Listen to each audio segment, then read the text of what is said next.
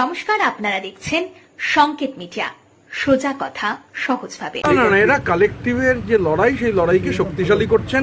Individual কাল্টের বিরুদ্ধে কালেকটিভের লড়াই শক্তিশালী করার জন্য তারা যে সিদ্ধান্ত নিয়েছেন, আমরা সেই সিদ্ধান্তকে স্বাগত জানাই।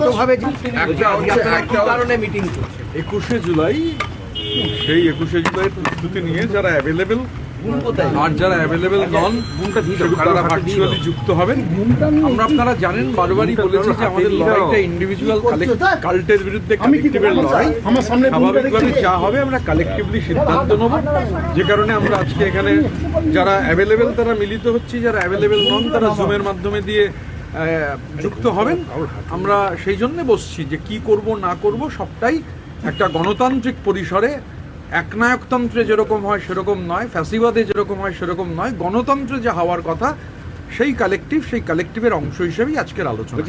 আজকে হাইকোর্টের মমতা বন্দ্যোপাধ্যায়ের আজকে যে হাইকোর্টে মামলা ছিল তাতে বলা হয়েছে যে বিড়লা প্ল্যানেটোরিয়ামের পাশে একটা নির্দিষ্ট সংখ্যক লোক নিয়ে 2,500-এর বেশি না হয়।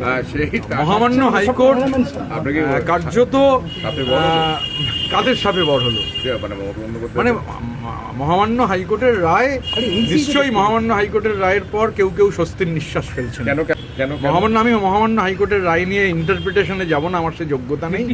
তবে ওই বললাম যে মহামান্য হাইকোর্টের রায় নিশ্চিতভাবে কারুর জন্য স্বস্তিদায়ক। ইন্ডিভিজুয়াল কাল্টের বিরুদ্ধে কালেকটিভের লড়াই, একই কথা বারবার বলেছি। তো গণতন্ত্রের, দেখুন, গণতন্ত্র হচ্ছে ডায়ালগ নির্ভর, আর একনায়কতন্ত্র হচ্ছে monologue.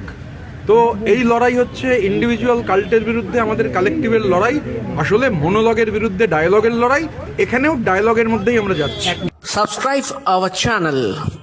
Press the bell icon.